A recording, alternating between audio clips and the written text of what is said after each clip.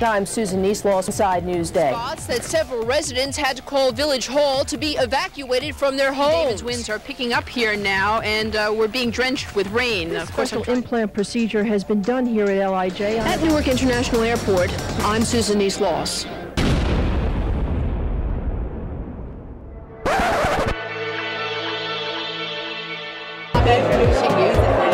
Where I wouldn't be happy to be quarantined. And it's up to you. But out of that, she has created. That's really good.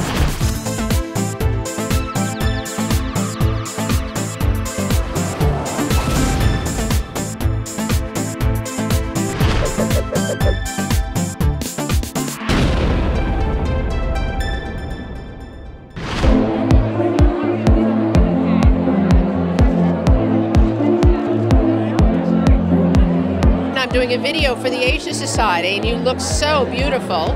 Thank you. I'd like to ask you, when we think of Asian style, how would you define it? I think the Asian style is not one style, it's many styles. Thank you and good evening. Thank you all for coming. What an incredibly good-looking crowd. Describe what Shane is wearing. Well, this is called Shanghai Evening, and it is a classic Chinese tunic. Since we're talking about crises today, obviously swine flu is top of mind. I have to say, if God forbid I came down with swine flu, there's not a single property here where I wouldn't be happy to be quarantined. So thank you for that. Interesting, the Chinese word for crisis can mean one or two things, either threat or opportunities. And my goal is to see if we can start thinking about it as an opportunity instead of a threat.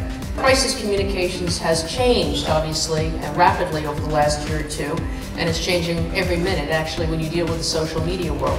There are reporters who are going to slam you with multiple questions, and it's up to you, taking control of the interview, to decide, now which question do I want to answer? Maybe I don't want to answer a certain question even.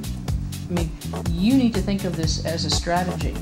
Tell me about Madagascar. What's it all about? Well, Madagascar is a story about friendship and the power of friendship, and it. I'm just getting all confused. And I'm here to tell you it is not easy just to assimilate on the spot.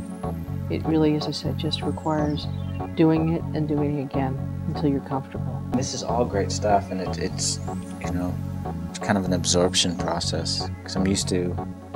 Because I instantly can, after what you've just told us, I can instantly know where I'm like going. I'm just rambling. Tell me about Madagascar. What's it about?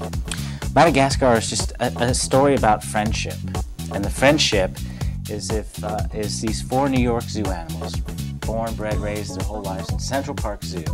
They're taken from that cushy environment and thrown into the jungles, the wild jungles of Madagascar. Stop. That was fabulous.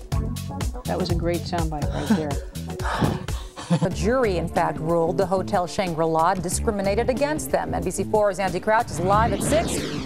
This was clearly a one-sided case from the beginning that was based on hearsay only, from a disgruntled former employee who never even showed up in court to testify. This is Mary Fetchett, who founded and has been the driving force behind Voices of September 11th. Mary is an extraordinarily compelling, kind, capable, and loving person who lost her son, Brad, who was 24 years old, in the South Tower that day. But out of that, she has created an organization and is providing services to thousands of people and has connected so many people in the last 10 years. My name is Susan Neisloss, and it has been quite a privilege to participate. Susan was absolutely instrumental in helping us transform the Holocaust Center. Before we began working with Susan, we were a small mom-and-pop operation, and the videos that she helped craft and then produce have truly enabled us to teach about the Holocaust. I've worked with Susan for almost a decade now, and part of what Susan brings to the table is this incredible talent to bring out sincerity and authenticity in all of the people who she works with, from a media training perspective or moderating role? Susan's a consummate media professional. We're delighted to have her come aboard for our annual gala, our largest event of the year. She not only managed the press for us, which resulted in international coverage, she put together a very creative video for us, which we're going to use to market for next year's gala. And what's more, she emceed the entire thing at the last minute to over 450 people. She was articulate, she was funny, she was poignant. We couldn't have been more thrilled.